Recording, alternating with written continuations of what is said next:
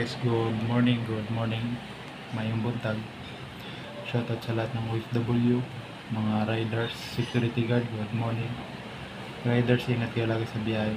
So, gagawa lang tayo ng mixing content about sa OFW na nag-viral ngayon. So, gawa lang tayo ng reaction. Yung magulang na iyak na nagkakaroon na siya ng sakit. Parang stress na siya kasi gawa yung sweldo niya para napupunta lang sa mga anak niya.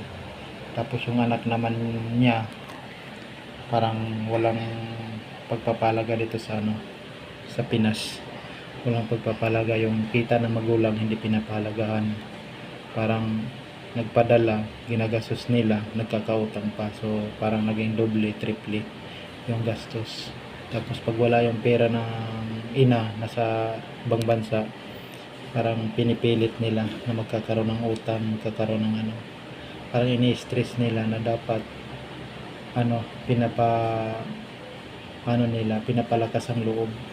Dapat pag nagpadalang magulang, ginagamit nila ng maayos dito sa Pinas para kahit paano, kahit nakakapagod doon, maibsan yung pagod nila ng ina doon.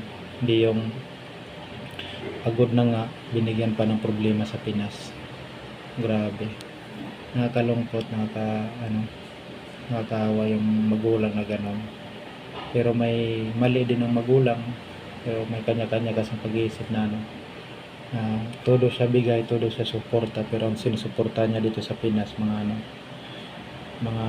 kumbaga mga inutil, or di mo maintindihan na parang walang pangarap o may pangarap pero abusado. So dapat hindi gano'n. Dapat pahalagaan yung padala, kahit sintabos, pahalagaan yun kasi kailangan yun. Kalahin mo yung di mo alam yung mga magulang doon na nagtatrabaho sa ibang bansa, naglalaban ng makapal na kumot, naglilinis ng CR, nagpupunas ng tiles, yung nagmamap, tapos nakakapagod. Tapos ikaw dito, pagdating sa sahod ng magulang mo, winawaldas mo lang, iniinom mo, ginagala mo, pinaparte-parte mo sa mga kaibigan. Sus, di kayo naawa sa ganung sitwasyon. Dapat pahalagahan, para kasi pag natapos ka naman sa pag-aaral o natapos naman yung mission mo, yung pinaghirapan ng magulang mo, kasi ikaw naman nagsikap ito sa Pinas, pag nagbunga yun, ang sarap sa pakiramdam at matutuwa yung magulang kahit walang pera yung magulang, at nag-success ka naman na anak. So magandang result nun. Kahit pagod yung ina, hindi niya maramdaman yung pagod kasi nag-success ka. So dapat din ang mga magulang i-disiplinahin din ng maayos yung mga bata, mga anak, para hindi maging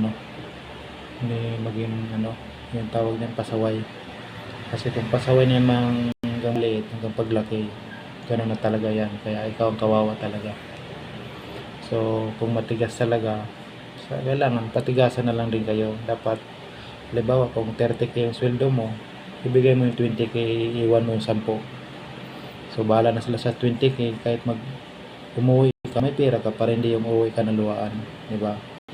So sa isang taon mo, sa 3 taon mo doon sa ibang bansa, may 10k bawat buwan.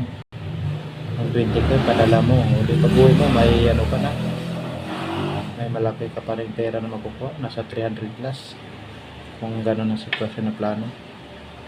So dapat